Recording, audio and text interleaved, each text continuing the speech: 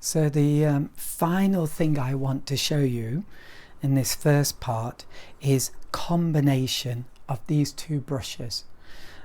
It can be really fantastic. Already you've seen a little bit of that, but just want to show you how, like with figures, need to be organized here. It really is important with figures.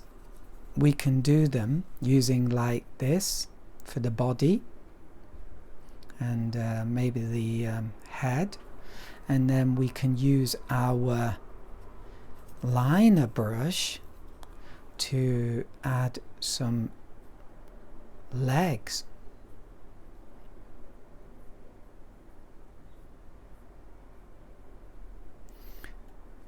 And arms. And sometimes I'm doing quick strokes to get this dry brush effect because it looks like the figure's moving them. It's far more exciting, and we can use it to do things like hats. Like that. Maybe that's too big a hat, but there you go. And also for things like bags, using the point and then the flat like that, and then you might even have a fishing rod. I think I'm overdoing it here, but there you go. And he might have something on his back, some bag. He's loaded up like that. So this is a lot of fun, combining these strokes.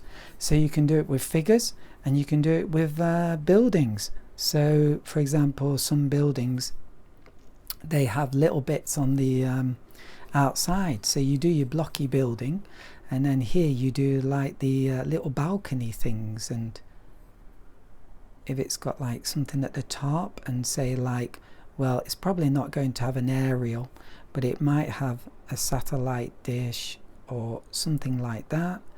And so very quickly you can add those details with your liner brush. Okay, and let's have another go. What else? Cars as well. So you do your blocky car, and then with this you can do some lovely little details like that. There you go.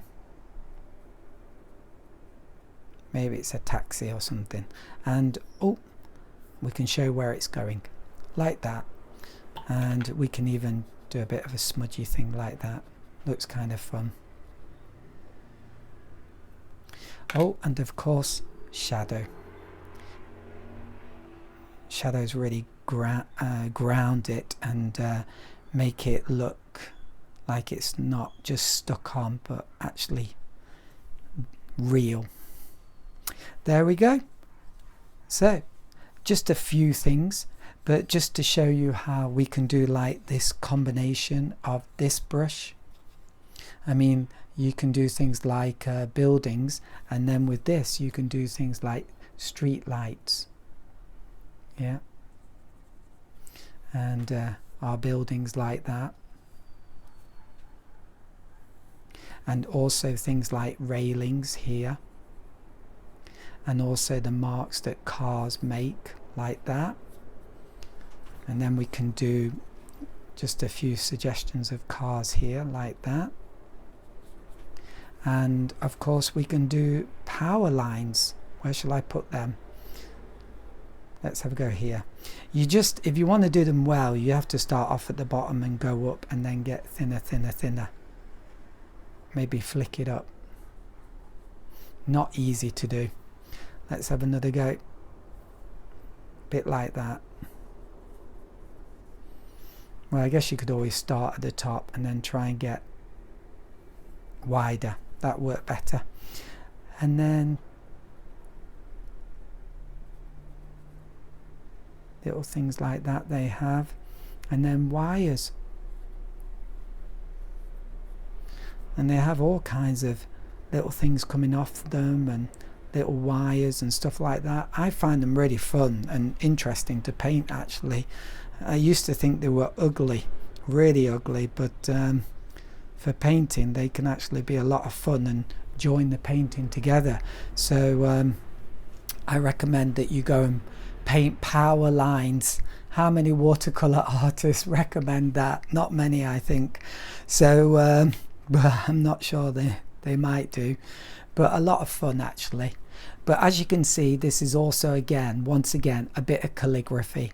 They don't really look like this, and they're much more rigid and straighter. So this is where you can use your calligraphy to give a bit more life and a bit more of a flowery look, or a bit more of an interesting look to quite sometimes a boring rigid object. And they can look so great in paintings. I love painting urban scenes and painting power lines. So please have a go and let me know how you get on.